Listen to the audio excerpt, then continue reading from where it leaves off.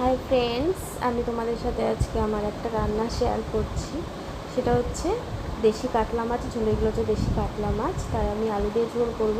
সবাই জানো যদিও রান্নাটা সিম্পল রান্না, তবুও তোমাদের সাথে আমি শেয়ার করছি আজকে আমার নিজের রান্না করাটা।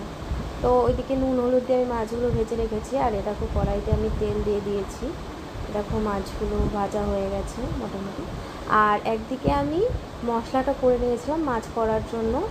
লঙ্কা, জিরে আর আদা, এই তিনটে আমি মিক্সিতে আর একটা টমেটো দিয়েছিলাম, হাফ মতো টমেটো দিয়েছিলাম, সেটা আমি মিক্সিতে মিক্স করে নিয়েছি ভালোভাবে। আর এই দেখো কড়াইতে মাছ ভাজা হয়ে গেছে দেখো। এরপর আমি কড়াইতে জিরে দিয়ে দিয়েছিলাম। জিরেগুলো ভাজা ভাজা হয়ে গেলে আমি আলুগুলো দিয়ে দিয়েছি।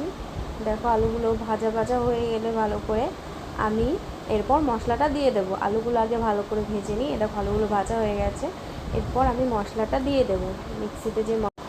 মিক্সিতে যে মশলাটা করে রেখেছিলাম সেই মশলাটা আমি দিয়ে দিলাম। মশলাটা ভালোভাবে কষানো হয়ে গেলে তারপর আমি জল দেবো। জল দিয়ে ভালো করে ফুটিয়ে তারপর আমি মাছগুলো দিয়ে দেবো কড়াইতে।